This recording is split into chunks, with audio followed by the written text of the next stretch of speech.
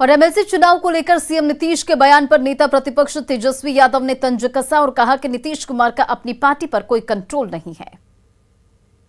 चुनाव जो है देखा जाए, जो कांग्रेस जो सीट जीती है और जो जीते हैं वो जदयू के ही विधायक के भाई हैं। जो आपका मुंगेर में जो भागलपुर वाला जो चुनाव हो रहा था उसमें बेलहर के जो जदयू विधायक हैं उनकी वाइफ चुनाव लड़ रही थी। तो हमको तो इस पर कोई टिप्पा टिप्पणी नहीं करना, लेकिन ये साबित होता है कि पार्टी में उनका कोई कंट्रोल नहीं रह गया। हमारे बागी चुनाव लड़े तो हमने कार्रवाई की। और पटना से इस वक्त की बड़ी खबर सामने आ रही, जहां पीएमसीएच से कैदी फरार हुआ है। तो ये बड़ी खबर पटना से, जहां पीएमसीएच से कैदी फरार हुआ है। बेऊर जेल से इलाज कराने आया था कैदी और बेऊर जेल से 4 कैदी इलाज के लिए लाए गए थे। और जहां से अभी जो खबर सामने आ रही निकलकर उसमें बताया जा रहा है कि बेऊर जेल से 4 कैदी फरार हुए हैं। पीर बहोर थाना पुलिस कर रही है पूरे मामले की छानबीन। तो ये बड़ी खबर आपको पटना से बता रहे, जहां पीएमसीएच से कैदी फरार हुआ है। आपको बताते चले कि बेऊर से 4 कैदी इलाज के लिए लाए गए थे जो फरार बताए जा रहे हैं। फिलहाल इस पूरे मामले पर पीर बहोर थाना की पुलिस छानबीन कर रही है।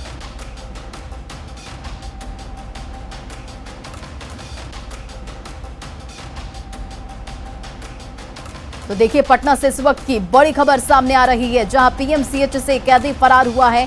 आपको बताते चले कि इलाज कराने के लिए कैदी बेऊर जेल से लाया गया था, जहां फरार बताया जा रहा है। अपडेट के साथ हमारे संवाददाता संजय फोन लाइन पर जुड़ गए। संजय, 4 कैदी फरार बताए जा रहे हैं। पुलिस की अभी जांच में कार्रवाई कहां तक पहुंची? जी देखिए, सबसे पहले मैं ये स्पष्ट कर दूं, 4 कैदी फरार नहीं हुए हैं। 4 कैदी लाए गए हैं पीएमसी से, 1 कैदी फरार हुआ है और अभी से थोड़ी देर पहले की ये घटना है। और फिलहाल पीएमसीएच में अफरा तफरी का माहौल है और ये पहला वाकया नहीं है जब पीएमसीएच से कोई कैदी फरार हो गया हो। इसके पहले भी कई कैदी फरार हुए, लेकिन ये मामला बेऊर जेल से जुड़ा हुआ है। और अभी पूरी बहोर थाने की पुलिस, जिसके जुरिडिक्शन में पीएमसीएच आता है, पूरी टीम वहां मौजूद है। ये देखा जा रहा है कि कैसे लापरवाही हुई कि कैदी भागने में सफल रहा। फिलहाल बेऊर जेल प्रशासन को इसकी आधिकारिक तौर पर सूचना नहीं दी गई है, लेकिन फिर से एक बड़ी लापरवाही राजधानी पटना में एक कैदी जिसको गिरफ्तार किया गया था कानून के विभिन्न धाराओं के तहत, उसका नाम भी अभी तक पता नहीं चल पाया है, ना तो पुलिस को और ना ही केवल जो उसके साथ सुरक्षा कर्मी थे उन्होंने पूरी बहोर थाने को सूचना दी है। उसके बाद पूरे मामले की छानबीन की जा रही है। 1 कैदी फरार हुआ है। जी चलिए, इन तमाम जानकारियों के लिए बहुत बहुत शुक्रिया संजय। और अजान विवाद पर जेडीयू के राष्ट्रीय महासचिव केसी त्यागी ने कहा कि किसी भी पार्टी के नेता को सवाल पूछने की आजादी है, तो उसी तरह देश के संविधान में लिखा है कि सभी अपने अपने धर्मों और रिवाज को अपने हिसाब से मनाएं।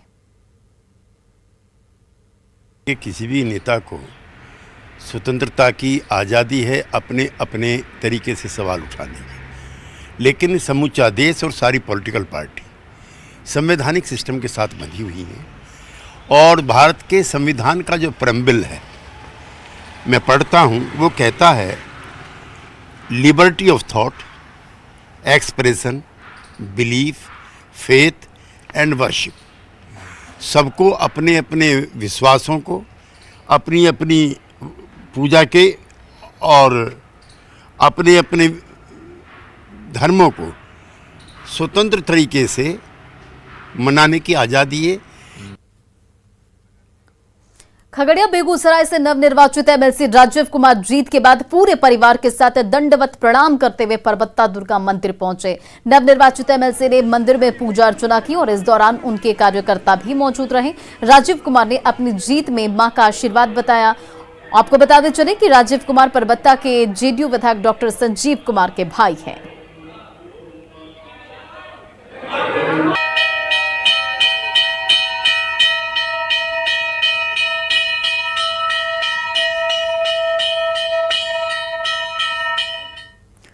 अखिल भारतीय युवा कुशवाहा महासभा की तरफ से सम्राट अशोक की जयंती के मौके पर राजधानी पटना स्थित कुम्हरार पार्क से रथ यात्रा निकाली गई और रथ यात्रा को बिहार सरकार के मंत्री सम्राट चौधरी ने रवाना किया। इस मौके पर उन्होंने चक्रवर्ती सम्राट अशोक के विचारों को लोगों तक पहुंचाने की बात कही और उनके विचारों को जीवन में उतारने की अपील की।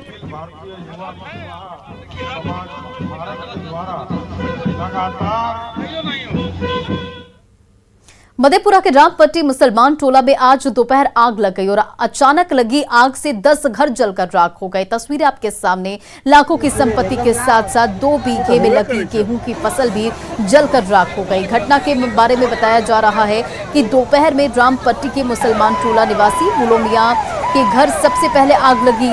लोग संभाल पाते तब तक आग ने 10 घरों को अपनी चपेट में लिया। जानकारी मिलने के बाद दमकल की गाड़ी वहां पर पहुंची और कड़ी मशक्कत के बाद आग पर काबू पाया जा सका।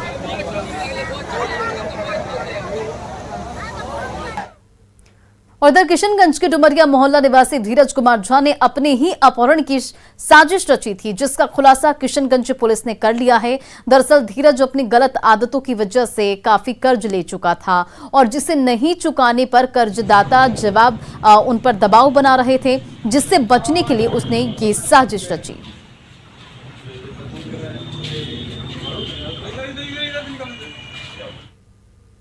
यहाँ डुमरिया किशनगंज थाना अंतर्गत डुमरिया एक जगह है और वहाँ पे एक सूचना मिली कि लड़का एक मिसिंग है। उसके छोटे भाई ने कंप्लेंट किया, जिसके संबंध में किशनगंज में कांड दर्ज किया गया। जब उसकी जांच की जाने लगी, तकनीकी अनुसंधान किया जाने लगा, तो उसे पता ये चला कि खुद जो अपहृत था धीरज कुमार झा, उसने अपने मोबाइल से अपने पिता के मोबाइल पे मैसेज भी किया और फ़ोन किया कि अपराधियों ने उनको किडनैप कर लिया है और छोड़ने के एवज में 1 लाख रुपए की फिरौती की मांग उन्होंने मैसेज में की और मोबाइल से भी ये बात बताई। और अब बात महंगाई की मार के। इन दिनों सब्जियों के दाम आसमान छू रहे हैं। सब्जियों की बढ़ी कीमतों ने लोगों के घरों का बजट खराब कर दिया है। सब्जियां कोई भी हो, सबकी कीमत करीब करीब एक जैसी है।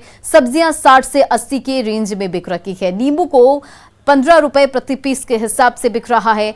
वहीं ग्राहक परेशान है तो दुकानदार बता रहे हैं कि पेट्रोल डीजल की कीमत बढ़ने का असर सब्जियों पर भी दिख रहा है। बोरिंग रोड पर सब्जी मंडी का जायजा लिया हमारे सहयोगी रवियस नारायण ने। इन दिनों सब्जी के दाम आसमान छू रहे हैं और लोगों के घर के जो बजट है उसे बड़ा बिगाड़ दिया है। और हम अभी यहाँ पे बोरिंग रोड में हैं और यहाँ पे सब्जियों के जो दाम हैं वो किस कदर बढ़े हैं और क्या इसके आज के तारीख में किस रेट से मिल रहे हैं, इसे देखते हैं और लोगों पर इसका क्या प्रभाव है। भैया, ये भिंडी कैसे है? भिंडी 70 रुपये किलो से। भिंडी 70 रुपये किलो। और परवल पूरा तल दिया। परवल 80 रुपये किलो। 600 ग्राम। ये जरा देखिए कि परवल 80 रुपये किलो है, भिंडी 70। और ये कटहल कैसे दे रहे हो? 60 रुपये किलो।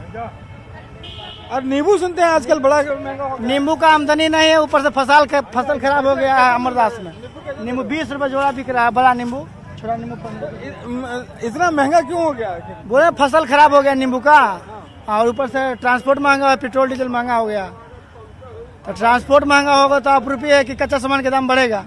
देखिए, पेट्रोल डीजल की कीमतों का जो असर है वो सब्जियों पर दिख रहा है। और जो ग्राहक हैं, जो लोग हैं, वो जो सब्जी खरीदने के लिए पहुंच रहे हैं, क्या लग रहा है कि कितना आपके घर का जो बजट है उस पर असर पड़ा है? मतलब अमूमन कह सकते हैं कि जो सीजनल फल है या सब्जियां हैं तो ठीक ठाक है। 20% करीब बढ़ा है करीब।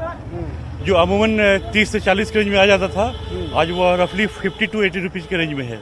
निश्चित रूप से। और यहाँ पे जो लोग यहाँ पे सब्जी खरीदने के लिए, अच्छा एक बात बताइए।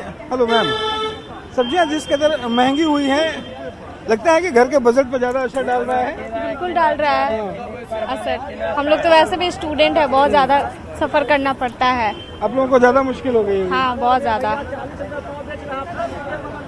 देखिए, तो जिस कदर यहाँ सब्जियों के दाम बढ़े हैं वो तमाम लोगों को परेशान कर रखा है। और जो दुकानदार हैं उनका तर्क है कि जिस ढंग से पेट्रोल और डीजल के दाम जो बढ़े हैं उसका असर सब्जी के दामों पर दिखाई पड़ रहा है। कैमरा पर्सन अजय दुबे के साथ रवियस नारायण, न्यूज़ 18 पटना।